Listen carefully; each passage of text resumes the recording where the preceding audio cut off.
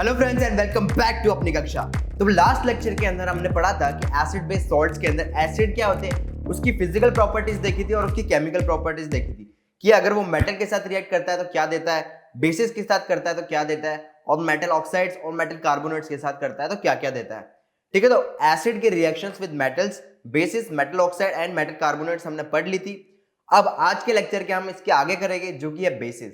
लेकिन उससे पहले एक क्वेश्चन मैंने दिया था लास्ट लेक्चर के अंदर, उसको देखते कैसे करते हैं। तो क्वेश्चन ये था कि you have been provided with 3 test tubes, कि मतलब हमें 3 टेस्ट ट्यूब दी हुई है, एक के अंदर एसिड है, एक के अंदर बेस है और एक के अंदर पानी है, यानी कि न्यूट्रल है।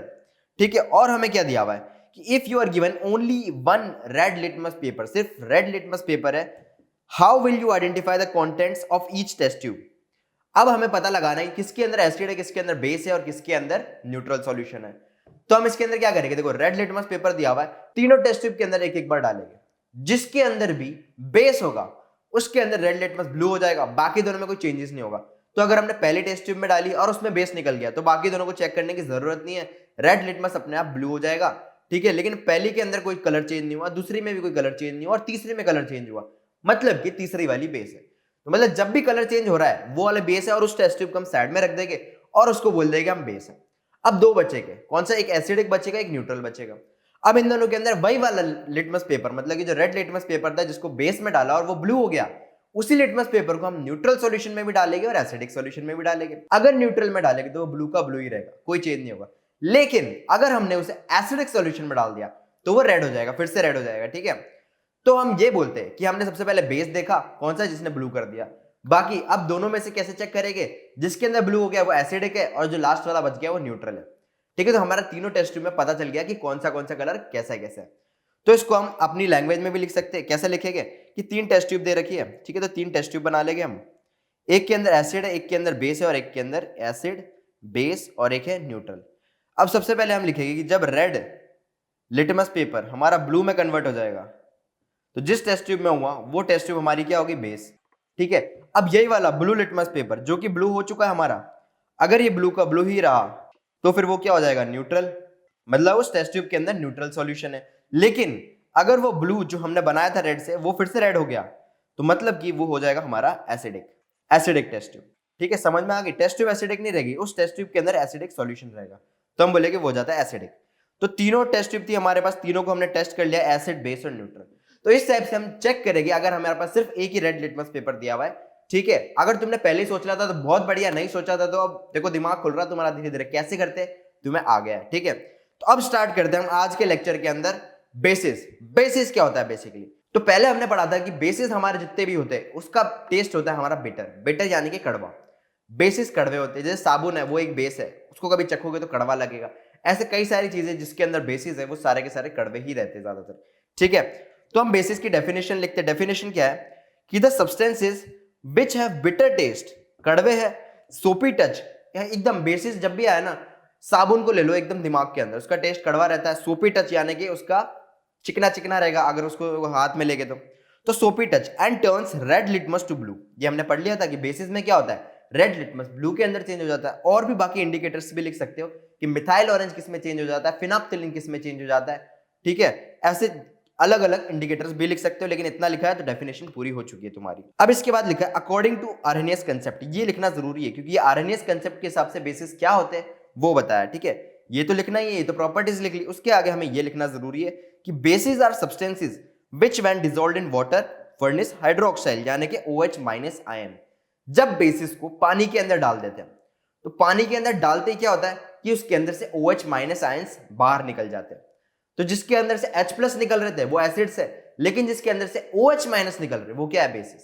तभी तो एसिड और बेस इन दोनों को पानी में डाल दिया हमने और इन दोनों को मिक्स कर दिया, तो क्या होता है, एसिड से H+ निकले हुए थे और बेसिस से OH- निकले हुए थे, तो H+ और OH- दोनों कंबाइन होकर क्या बन जाता है, H2O, तो वही होता है हमारा पानी, और वो क्या होता है, न्यूट्रल। तभी तो एसिड बेस रिएक्शन जो होती है वो हमारी न्यूट्रलाइजेशन रिएक्शन हो रही है। कनेक्ट हो रहा है जो पिछले वाले लेक्चर में पढ़ाया था। ठीक है, तो ये थी हमारी बेसिस की डेफिनेशन, ये अपनी नोटबुक में भी लिख लो तुम कि बेसिस की डेफिनेशन क्या है। बेसिस आया कि व्हाट आर बेसिस, तो तुम्हें ये दोनों पैराग्राफ्स लिखना है। ठीक है, 3-3 लाइन के छोटे छोटे से पैराग्राफ है, आराम से लिख सकते हो तुम। तो बेसिस की डेफिनेशन मतलब मेन कंसेप्ट यही खत्म होता है। अब आता है इसके क्लासिफिकेशन ऑफ बेसिस, कि बेसिस को किन किन टाइप्स में क्लासिफाई किया हुआ है, कि टाइप्स ऑफ बेसिस क्या होते हैं। तो सबसे पहला जो है वो है based on the strength of basis, कि बेस की स्ट्रेंथ कितनी है, क्या वो स्ट्रॉन्ग बेस है या फिर वीक। जैसे एसिड के अंदर हमने किया था कि एक तो था स्ट्रॉन्ग एसिड और एक था हमारा वीक एसिड, वैसे ही हम इसके अंदर करेंगे, एक तो है स्ट्रॉन्ग बेस और है वीक बेस। जैसे एसिड में था वैसे ही, जिसके अंदर H+ आयंस सारे निकल जा रहे थे वो था हमारा स्ट्रॉन्ग एसिड, लेकिन पार्शियली H+ निकल रहे थे वो था हमारा वीक एसिड। सेम बेस के अंदर भी यही होगा, जिसके अंदर से OH- कंप्लीटली निकल जाता है वो हमारा स्ट्रॉन्ग बेस, और जिसके अंदर से पार्शियली निकलता है वो हमारा वीक बेस। तो जब हम डेफिनेशन लिखते हैं तो हम बोलते हैं कि स्ट्रॉन्ग बेसिस क्या है, bases which completely ionise, partially नहीं completely ionise in aqueous solution to furnish high concentration of OH- ions. मतलब कि जब पानी में डाला तो कंप्लीटली आयोनाइज हो गए और बहुत हाई कंसेंट्रेशन आई OH- आयंस की। तो जब ये हो रहा है तो वो हमारा कौन सा बेस है, स्ट्रॉन्ग बेस है, ठीक है, आर कॉल्ड स्ट्रॉन्ग बेसिस। बस डेफिनेशन पूरी। इसके आगे हम लिखते हैं एग्जांपल की स्ट्रॉन्ग बेसिस कौन से उनके एग्जांपल।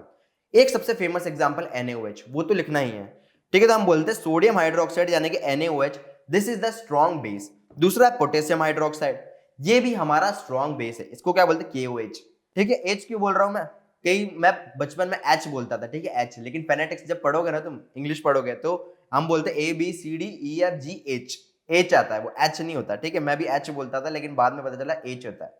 थोड़ी सी इंग्लिश क्लास भी दे दी तुम्हें क्लास के बीच में, लेकिन समझ रहे हो क्या है, पोटेशियम और सोडियम इन दोनों के हाइड्रोक्साइड हमारे स्ट्रॉन्ग बेस है, ठीक है।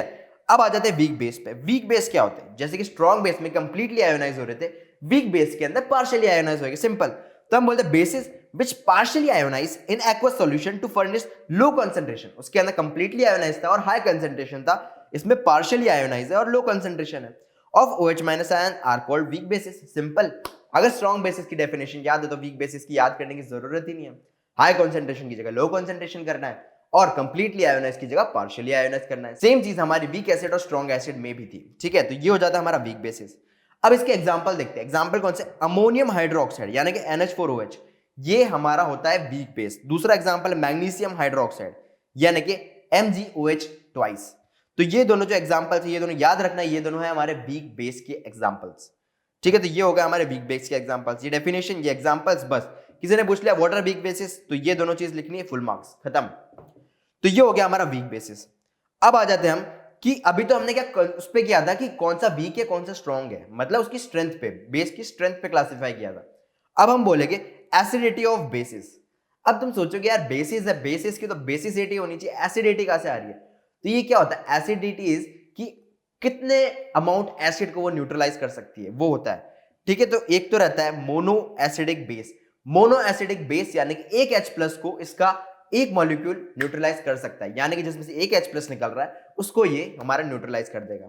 तो जो NH4OH होता है, तो देखो सिंपल ट्रिक बताता हूं कि जिसके अंदर एक OH है वो मोनोबेसिक, जिसके अंदर दो OH है वो डाई बेसिक। लेकिन ये हर केस में नहीं होता, आगे ऑर्गेनिक केमिस्ट्री में पढ़ेंगे, किसी किसी के अंदर 3-3 OH होते हैं लेकिन उसके अंदर से सिर्फ एक OH ही निकल पाता है, तो वो हमारा मोनो एसिडिक रहेगा, ठीक है। उसके अंदर से दो जो OH रहते हैं, दो OH वो परमानेंट रहते हैं, तो वो हमारा मोनो एसिडिक ही रहेगा क्योंकि उसके अंदर से जब एक OH निकल रहा है, ठीक है। तो NH4OH और NaOH ये दोनों मोनो एसिडिक के एग्जांपल है, और डाई एसिडिक के क्या है, CaOH और MgOH होल ट्वाइस, ये दोनों है डाई एसिडिक बेसिस के एग्जांपल्स।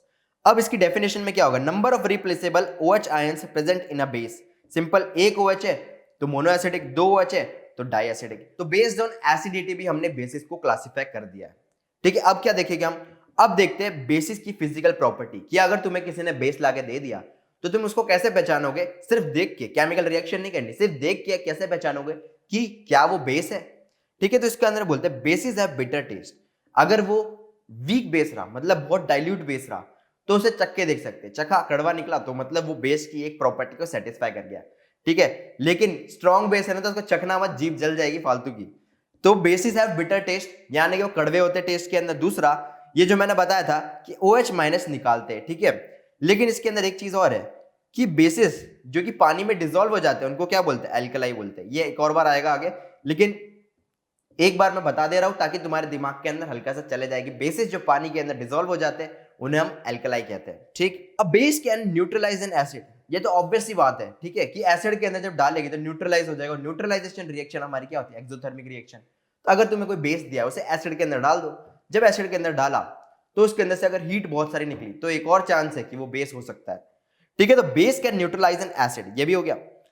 एक और property, bases feel soapy to touch, जो मैंने साबुन वाला बताया था सेम वैसा, कि उसका जो टेक्सचर रहता है ना चिकना चिकना रहता है, मतलब साबुन कैसा रहता है उस टाइप का रहता है। तो बेसिस की एक और प्रॉपर्टी होगी, they feel soapy to touch. A base soluble in water is called an alkali, दूसरी बार आ रहा है कि पानी के अंदर सॉल्युबल हो तो उसे एल्कलाई कहते हैं।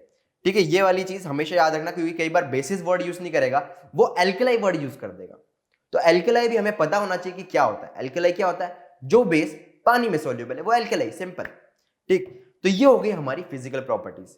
फिजिकल प्रॉपर्टीज एक बार याद करना, यानी कि अगर तुम पेपर एक डाल के चलो अपनी शर्ट की जेब के अंदर, उसके अंदर क्या इसकी छोटी छोटी प्रॉपर्टीज लिख दो। कैसे लिखना, पूरी पूरी लाइन में लिखनी, bitter taste, alkali, OH minus ions produce, neutralise an acid, soapy to touch, और एल्कलाई तो पता ही है डेफिनेशन। ऐसे ऐसे की पॉइंट्स बनाने, छोटी सी पर्ची लो, उसमें की पॉइंट्स लिख लो छोटे छोटे, और उसे जेब में रखो, और जब भी टाइम मिले उसको निकाल के देख लो। तो एक दिन के अंदर, सिर्फ एक दिन के अंदर तुम्हें याद हो जाएगा, और उसके लिए अलग से पढ़ने भी नहीं बैठना पड़ेगा। खाना खा रहे हो, खाना खत्म हुआ तुम्हारा, ऐसे करके पर्ची निकाली, देख ली। कोई भी चीज याद करनी है ना, मैं तो ये करता था कि पर्ची बनाई, उसके अंदर मेन मेन की पॉइंट्स लिख ले जो याद करने, और उसे जेब में रख दी। जब भी टाइम मिला सोने से पहले, उठने के बाद उसको देखा खोल के कि हाँ ये होता है, रिवाइज कर दिया। तो 3-4 रिवीजन के बाद ही हमें पूरा का पूरा याद हो जाता है कि क्या होता है वो जो की पॉइंट्स हमने पेपर पे लिखे। चाहे केमिस्ट्री हो, मैथ्स हो, फिजिक्स हो, कोई भी फॉर्मूला हो, कोई भी चीज हो, तो ये वाली टेक्निक हमेशा याद रखना, पेपर डाल के चलो पर्ची के अंदर। कभी घूमने भी जा रहे हो, गाड़ी के अंदर बैठे हो, गाड़ी के अंदर निकाल के देख लिया, तो तुम अपने फ्री टाइम के अंदर भी उस फ्री टाइम को यूटिलाइज कर रहे होगे। ठीक है, तो ये याद करने की बहुत ईजी टेक्निक है, एक बार ट्राई करना, अगर अच्छी लगे तो ट्राई करते रहना, और ना लगे तो अपना जो पुराना मेथड है वही करना, बैठ के आराम से पढ़ लो और याद कर लो, रट लो।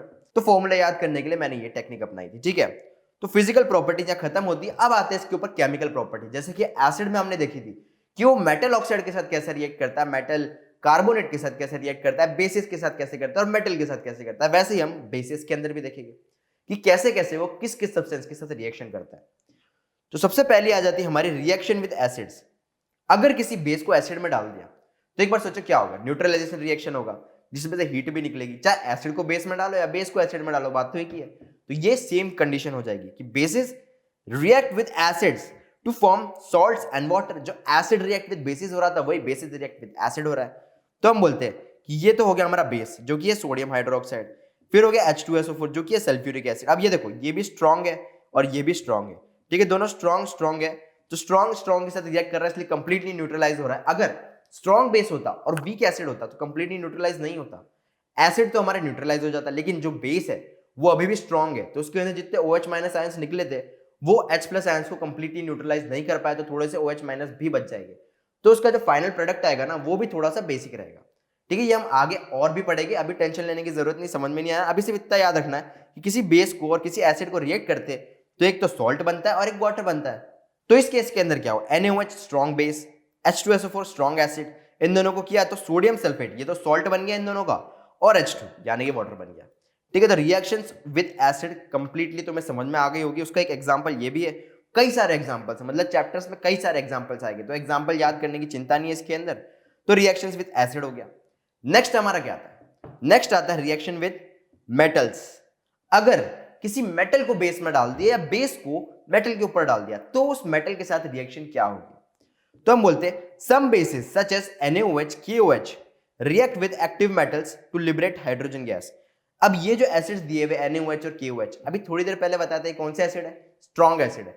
तो जो स्ट्रॉन्ग एसिड मेटल के ऊपर जाता है ना, तो वो मेटल के साथ रिएक्ट करता है और हाइड्रोजन गैस निकालता है।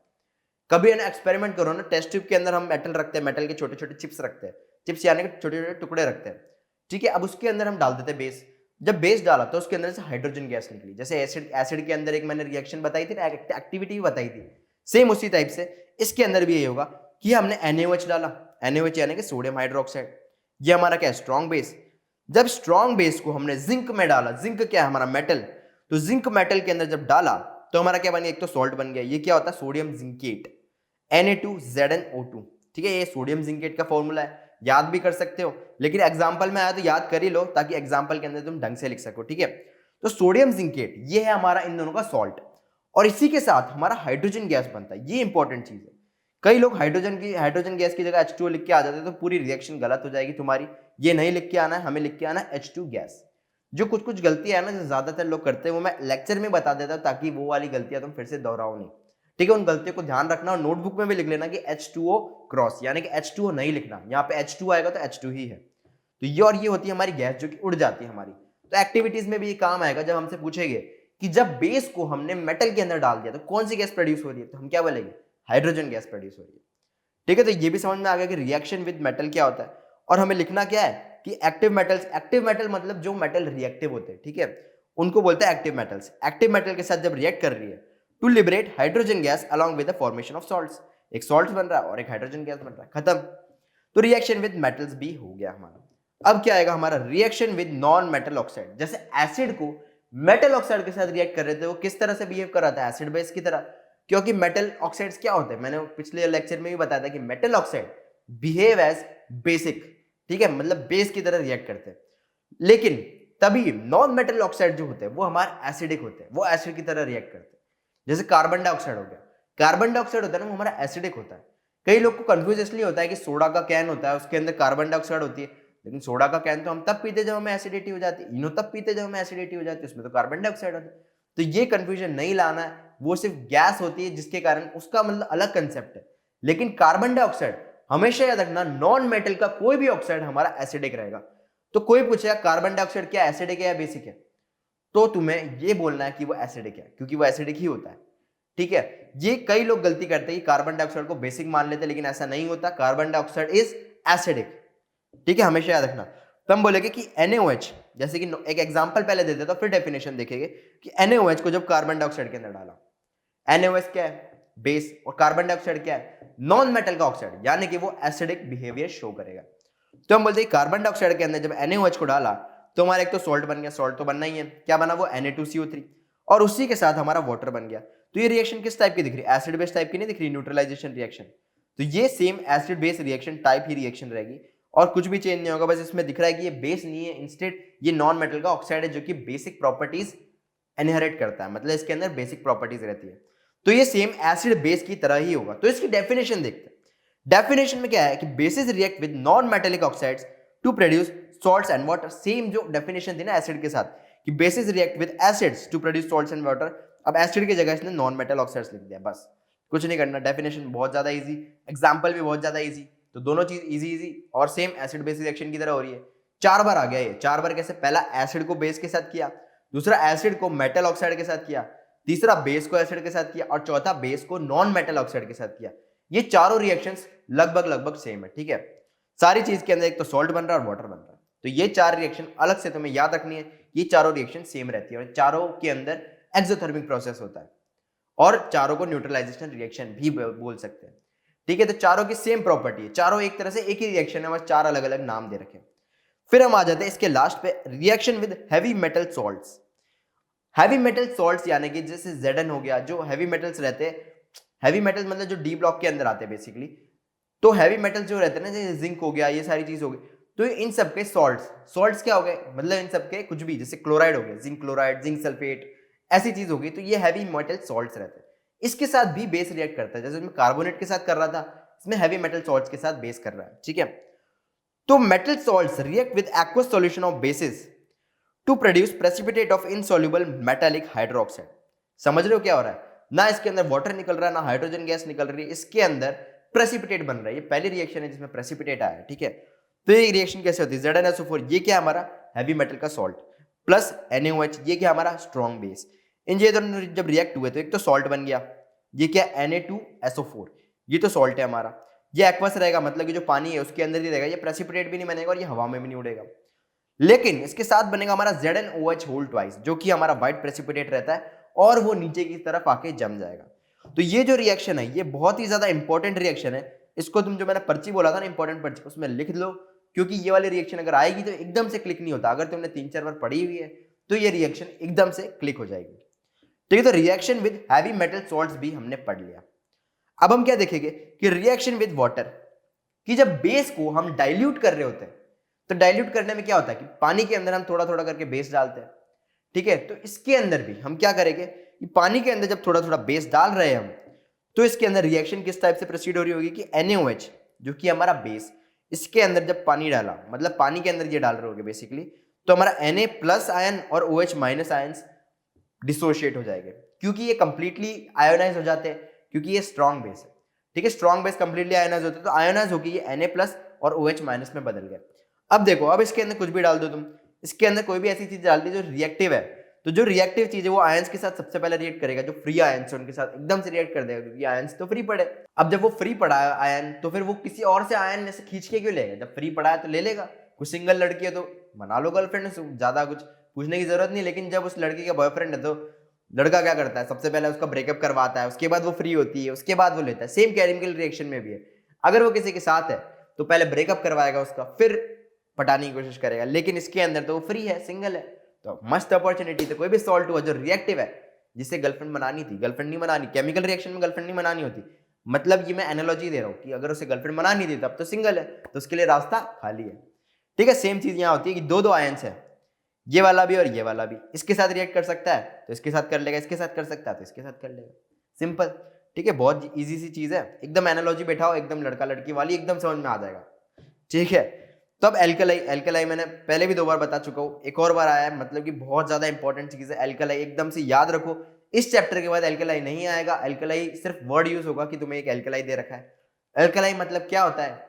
वो सारे बेसिस जो कि पानी के अंदर सॉल्युबल है। और इसकी डेफिनेशन कैसे लिखते हैं? A base which dissolves in water is called an alkali. बहुत ज्यादा सिंपल, ठीक है। अब नोट क्या है? All alkali are bases but all bases are not alkalis. जैसे कि मैथ्स के अंदर हम नहीं पढ़ते थे कि all rectangles are not squares but all squares are rectangles. Same यही कंसेप्ट है कि सारे एल्कलाइज हमारे बेसिस होते हैं, लेकिन सारे बेसिस हमारे एल्कलाइज नहीं होते। एक बार वेन डायग्राम से समझाता हूं। वेन डायग्राम क्या? ये होता है वेन डायग्राम, ठीक है। ये हो गया हमारा बेसिस और इसके अंदर ये हो गए हमारे एल्कली। मतलब कि बेसिस तो बहुत सारे हैं, लेकिन उनमें से सिर्फ इतना पार्ट, इतने कुछ बेसिस है जो कि डिसॉल्व हो जाएंगे, तो इनको बोलेगा एल्कली।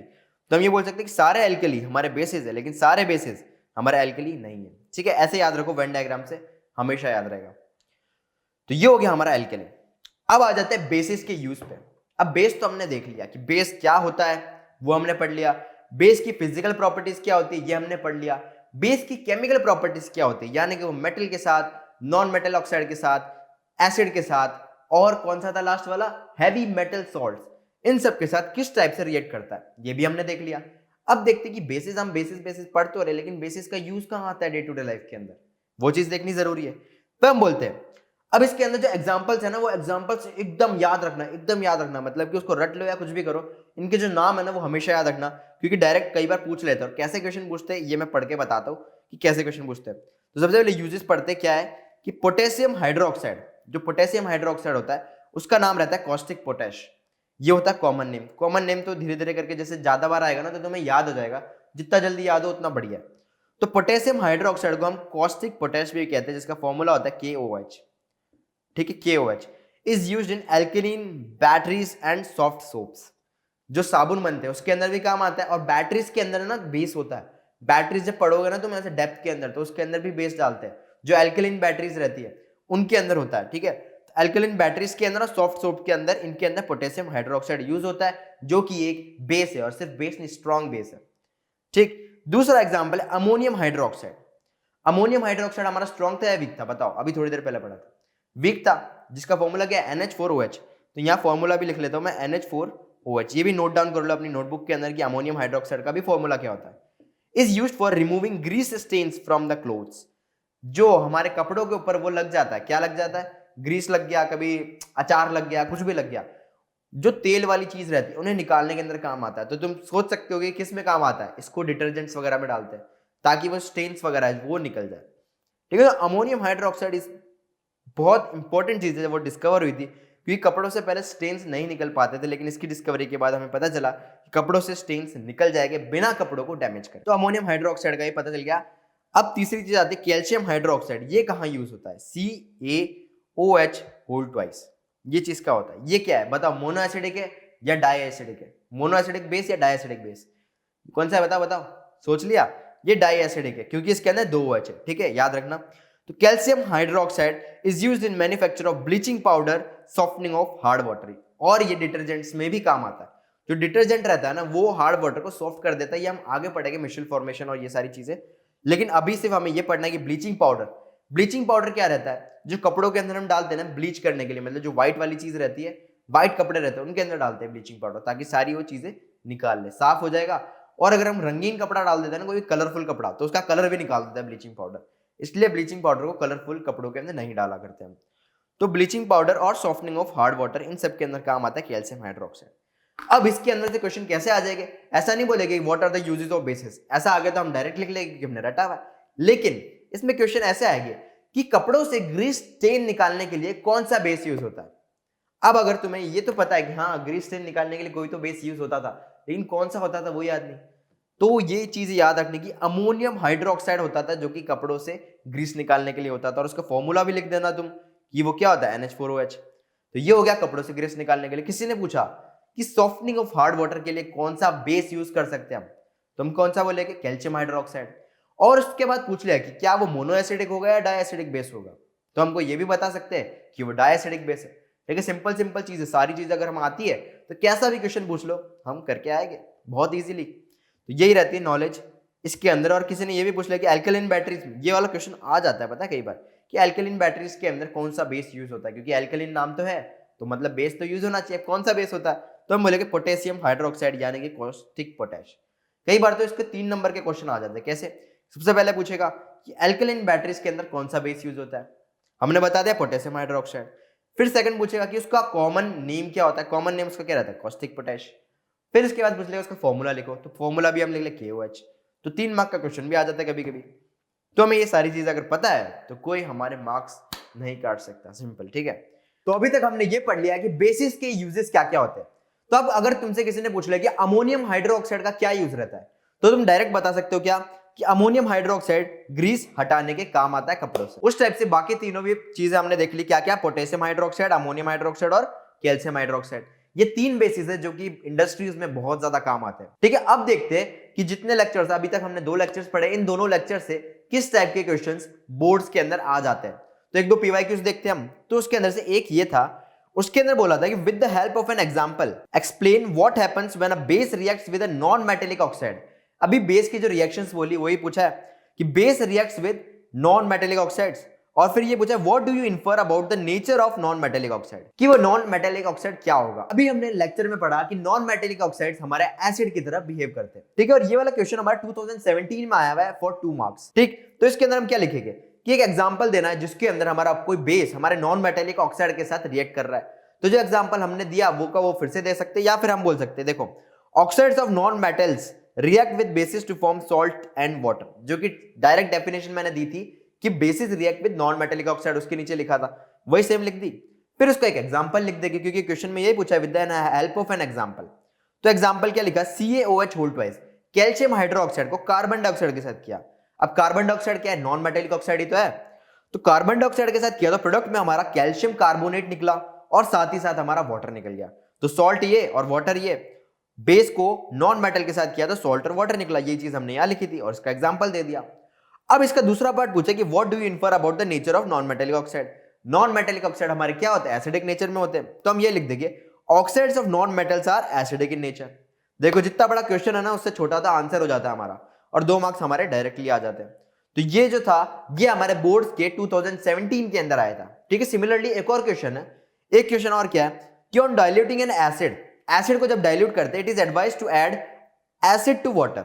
एसिड को पानी में डालते हैं, ना कि नॉट वाटर टू एसिड। पानी को एसिड में नहीं डालेंगे, क्यों नहीं डालेंगे ये मैंने पूरा एक्सप्लेन किया था लेक्चर नंबर 1 के अंदर जब एसिड समझा रहा था। अगर तुम्हें याद है तो तुम खुद भी लिख सकते हो, बाकी सारी चीज मैंने उसके अंदर बता दी थी। और इसके बाद उसने पूछा explain why it is advise so, कि मतलब ऐसा क्यों एडवाइस करते हैं कि पानी को एसिड में तो नहीं डालते लेकिन एसिड को पानी में डालते हैं। क्यों होता है ये, क्योंकि देखो जो ये रहता है ना कि पानी को जब एसिड में डालते हैं तो वो आयनाइज होता है और ये एक एक्सोथर्मिक रिएक्शन होती है बहुत ज्यादा। तो जब हमने मान लो कि पानी को एसिड में डाल दिया, ठीक है, तो एसिड तो बहुत सारा और पानी थोड़ा सा है। अब पानी को जब एसिड के अंदर हमने डाल दिया तो हम ये बोल सकते हैं कि एक्सोथर्मिक रिएक्शन है, तो बहुत ज्यादा हीट निकलेगी। बहुत ज्यादा हीट निकली तो सारा का सारा पानी स्टीम में बदल जाएगा, और जब वो स्टीम में बदलेगा और बहुत ज्यादा हीट भी निकली तो एक एक्सप्लोसिव रिएक्शन हो सकता है। मतलब कि जो एसिड है ना उसके अंदर कंटेनर में वो उछल के तुम्हारे फेस पे भी आ सकता है। इसलिए मना करते हैं कि एसिड के अंदर पानी मत डालो। ठीक है, डे टू डे लाइफ के अंदर भी कभी भी जिंदगी में एसिड के अंदर पानी नहीं डालना, पानी के अंदर एसिड ही डालना। तो इसके अंदर ये लिखना है कि डाइल्यूटिंग अ कॉन्सेंट्रेटेड एसिड, मतलब कि जब हम कॉन्सेंट्रेटेड एसिड को डाइल्यूट करते हैं और डाइल्यूटेड एसिड में कन्वर्ट करते हैं विद वाटर, पानी डाल के तो करते हैं, is a highly exothermic process. तो ये प्रोसेस जो होता है वो बहुत हाईली एक्सोथर्मिक रहता है। एक्सोथर्मिक यानी कि बहुत ज्यादा हीट रिलीज होगी। अब बहुत ज्यादा हीट रिलीज हो रही है, so when water is added to the concentrated acid, कि मतलब जब एसिड के अंदर थोड़ा सा पानी डाल दिया हमने, large amount of heat is liberated. Obviously बहुत ज्यादा हीट निकलेगी, और जब निकल रही है which changes some water to steam, पानी को स्टीम में बदल देगी। और स्टीम बदलने से क्या हुआ, एक्सप्लोसिवली, मतलब स्टीम धीरे धीरे करके नहीं बदलेगी, एकदम से पानी स्टीम में बदल जाएगा। कभी तवे पे पानी डाला है तो क्या होता है, देखो पानी उछलता है और साथ में स्टीम बन जाती है। सेम वैसी ही चीज होगी कि तवे के ऊपर जब पानी डाल दिया हमने तो कैसे उछलता है पानी, उस टाइप से अगर एसिड के अंदर हमने पानी डाल दिया तो एक तो स्टीम बहुत सारी बन जाएगी और साथ ही साथ जो एसिड है वो उछल जाएगा। तो ये चीज बोली है explosively which can splash acid and even the glass apparatus may break due to excessive heating। या तो एसिड भी उछल सकता है, इतनी ज्यादा हीट रहती है उसमें कि जो कांच रहता है ना, कांच का बीकर जिसके अंदर हम ये सारी चीज करवा रहे हैं, ये भी टूट सकता है क्योंकि हीट बहुत ज्यादा हो गई। अब कांच का बर्तन अगर तुम बहुत ज्यादा गर्म कर दोगे तो वो टूट ही जाएगा ऑब्वियसली। तो ये भी है कि कांच का बर्तन भी टूट सकता है। तो देखो ये सेम चीज लेक्चर में बताई थी, ये लिखना था सिर्फ, और 2 मार्क्स हमारे डायरेक्ट चुटकियों में आ गए। और ये क्वेश्चन हमारा बोर्ड्स का 2014 के अंदर भी आया हुआ है। ठीक है, कुछ कुछ चीजें एनसीईआरटी के अंदर नहीं भी दी हुई लेकिन बोर्ड्स के अंदर आ जाती है, जो कि जनरल नॉलेज होती है। एनसीईआरटी में एक छोटी सी लाइन दे रखी होती है कि हाँ भाई ये होता है, लेकिन उसमें से आ जाती है, तो हम मना भी नहीं कर सकते कि एनसीईआरटी में नहीं दी हुई थी। ठीक है, तो ऐसे क्वेश्चंस पीवाईक्यू के अंदर आ जाते हैं। तो आज का लेक्चर हम यहीं पे खत्म करेंगे, लेकिन उसके पहले एक होमवर्क दे देता हूं। होमवर्क कौन सा है, जो एनसीईआरटी के अंदर ही एक्सरसाइजेस आती है बीच बीच के अंदर, उसके अंदर 3 क्वेश्चन दिए हुए हमारे ये। इसके अंदर पहला क्वेश्चन यही है कि कर्ड या फिर कोई भी खट्टा चीज रहती है, खट्टी चीज, not be kept in brass या कॉपर वेसल्स। ऐसा क्यों करना, क्यों ऐसा होता है कि खट्टी चीज को हम ब्रास वेसल में नहीं रखते। ज्यादातर देखा होगा दही को या तो किसी मिट्टी के मटके के अंदर या मिट्टी के कंटेनर के अंदर रखते या फिर ग्लास के कंटेनर के अंदर रखते, ब्रास और कॉपर के अंदर नहीं रखते, और रखना नहीं चाहिए। अगर रखते हो तो आज से चेंज कर लो, क्योंकि नहीं रखना चाहिए। और इसका रीजन पूछा है कि क्यों नहीं रखते। ठीक है, सोचना एक बार कि क्यों नहीं रखते। नेक्स्ट लेक्चर की स्टार्टिंग में मैं बता दूंगा कि क्यों नहीं रखते। ठीक है, सेकंड क्वेश्चन ये कि which gas is usually liberated when an acid reacts with metal. तो जो एसिड वाले चैप्टर में पढ़ा था कि एसिड को जब मेटल के साथ रिएक्ट करते हैं तो क्या होता है, कौन सी गैस निकलती है। ठीक है, वो बताना, इलस्ट्रेट विद एन एग्जांपल, उसका एक एग्जांपल देना। How will you test your presence of this gas. अब इस गैस की प्रेजेंस कैसे करेगी, ये भी एक एक्टिविटी मैंने लेक्चर 1 में समझाई है। अगर तुम्हें याद हो तो तुम इसका आंसर आराम से लिख सकते हो। ठीक है, और थर्ड है कि मेटल कंपाउंड ए, कोई एक कंपाउंड है, मेटल है वो, reacts with dilute HCl, HCl के साथ रिएक्ट किया टू प्रोड्यूस एफरवेसेंस। एफरवेसेंस मतलब झाग आता है। ठीक है, the gas evolved extinguishes a burning candle. अब जो गैस निकली उसे कैंडल पर डाली तो वो उसको बुझा देती है। अब हमें ये पता है कि ऑक्सीजन जो होती है ना, वो फ्लेम को सपोर्ट करती है, मतलब फ्लेम जलने के लिए हमारे पास ऑक्सीजन होनी पड़ती है।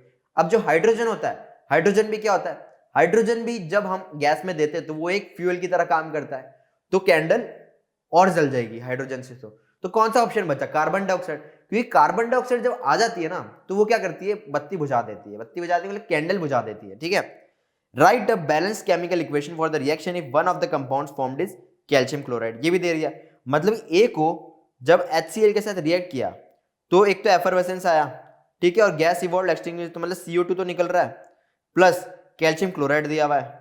ठीक है, अब बताओ ए क्या चीज है, ऐसी कोई चीज दी हुई है। ठीक है, अब ये रिएक्शन तुम खुद एक बार करना, नेक्स्ट लेक्चर की स्टार्टिंग में इसको एक्सप्लेन पूरा कर देंगे हम। ये तीनों क्वेश्चंस अगर तुमने कर लिए मतलब तुम्हारी अंडरस्टैंडिंग काफी अच्छी हो गई है। तो आज के लेक्चर को यहीं समाप्त करते हैं। तो tata bye bye, see you and जाके सब फोड़ दो।